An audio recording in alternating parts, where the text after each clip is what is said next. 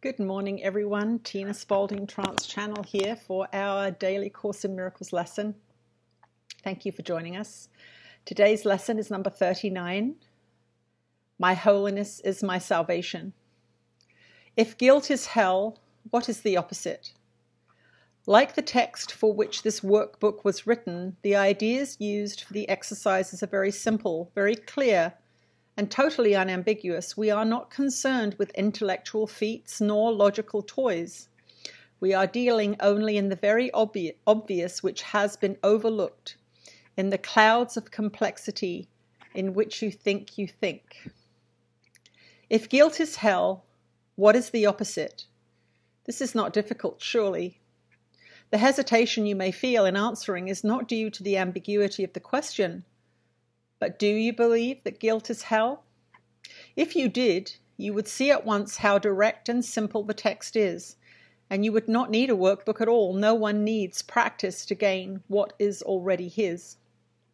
We have already said that your holiness is the salvation of the world. What about your own salvation? You cannot give what you do not have. A Savior must be saved. How else can he teach salvation?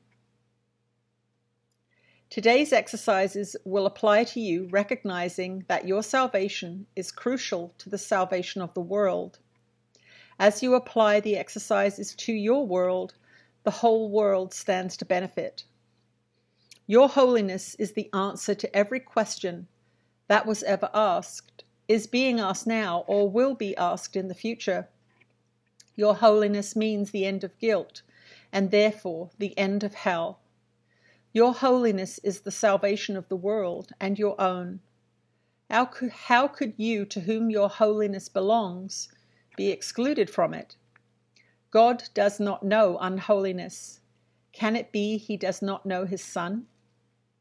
A full 5 minutes are urged for the 4 longer practice periods for today, and longer and more frequent practice sessions are encouraged.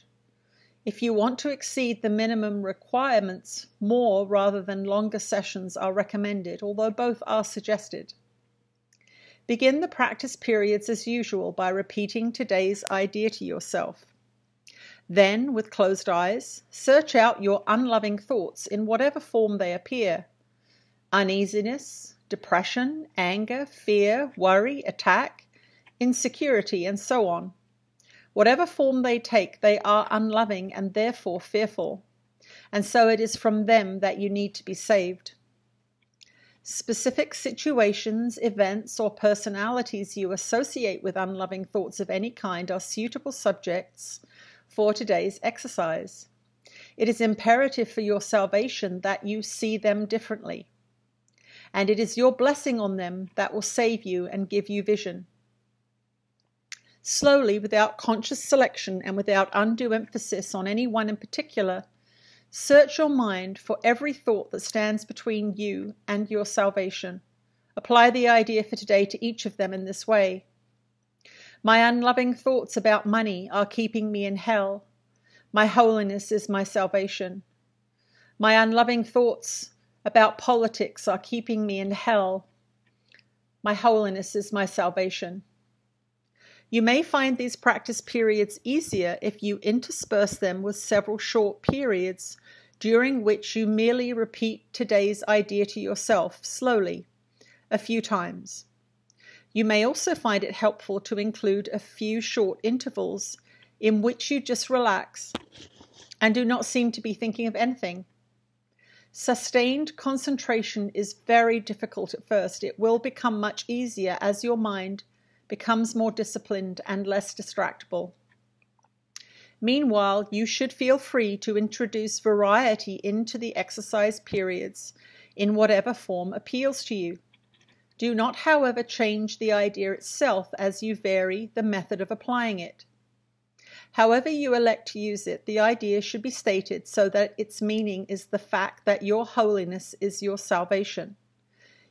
End each practice period by repeating the idea in its original form once more and adding, if guilt is hell, what is its opposite? In the shorter applications, which should be made some 3 or 4 times an hour and more if possible, You may ask yourself this question. Repeat today's idea, and preferably both. If temptations arise, a particularly helpful form of the idea is, my holiness is my salvation from this. That's quite a long instruction today. So that is lesson number 39. My holiness is my salvation.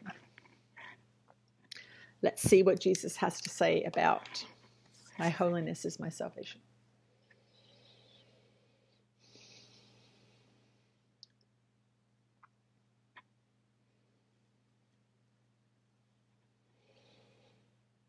You are blessed beings indeed. I am that one that you know as Jesus. And this is a very, very arrogant sounding idea to the ego mind. The idea of salvation and saving the world and being saved from guilt and shame and fear. It almost feels as if these are a natural part of your consciousness. They are in all of your minds, because this is a place of separation. This is a place where you have come because you are mistaken. This is not a place of love. This is not a place of connection. It is a place where you get to experience the aberrant and divisive and distorted ideas in your consciousness that have not yet been healed. Remember, you are a being of free will, and you can continue to choose unloving thoughts as often as you wish until you are sick of yourself, until you have had enough, until you are worn and weary and tired. And some of you fall to your knees and surrender, and it is in that surrender that you say, I cannot do it this way anymore. I must do something differently. And for many of you, that is when these lessons will come to you. They will come to you when you are at your wit's end. They will come to you when you're in the final days of your divorce, or you've been sick for a long time, or you are tired of being poor, or your family is driving you crazy, and you fall to your knees and you say, I cannot do this anymore. Please, God, show me another way. And this book, these lessons will come to you. And they come to you because you have surrendered. They have come to you because you are finally teachable. You see, when the ego is in control and it says, well, we'll do this and this will fix everything. We'll lose this much weight and we'll get happy then. We'll study for this job and we'll marry that person and we'll get that car and we'll build that house and everything will be okay then. As long as these thoughts are going through your mind, as long as you are believing in the world in that way, that it is your salvation, then you will suffer. You will continue on the ego's way until you are exhausted. It happens eventually in one lifetime or another. It happens where you finally wear yourself out. But you do not need to do that anymore. These lessons have come to you to offer you respite from the ego's driving, relentless requirements. It is okay to relax. It is okay to be you. It is okay to fall back into the arms of love. That is what we are teaching you to do here. We are correcting your mind. We are correcting your vision. We are getting you pointed in the right direction. But many of you have a lot of momentum going in the wrong direction.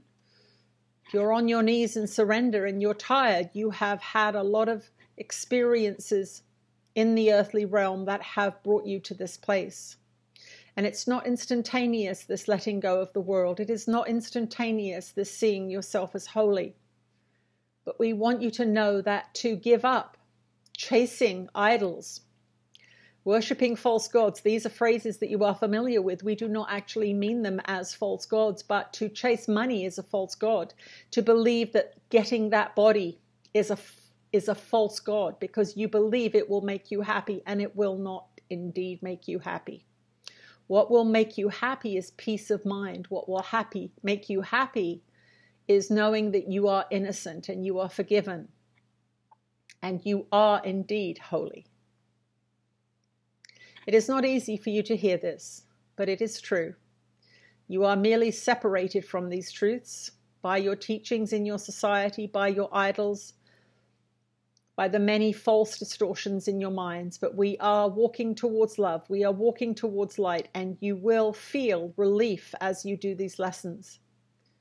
They are getting longer, they are getting more challenging, but we know that you can rise to the occasion and you can apply yourself to doing these lessons each day. We are here, our dear one is here, and we thank you for being here. We will see you again tomorrow. Nice. See you again tomorrow. Bye-bye.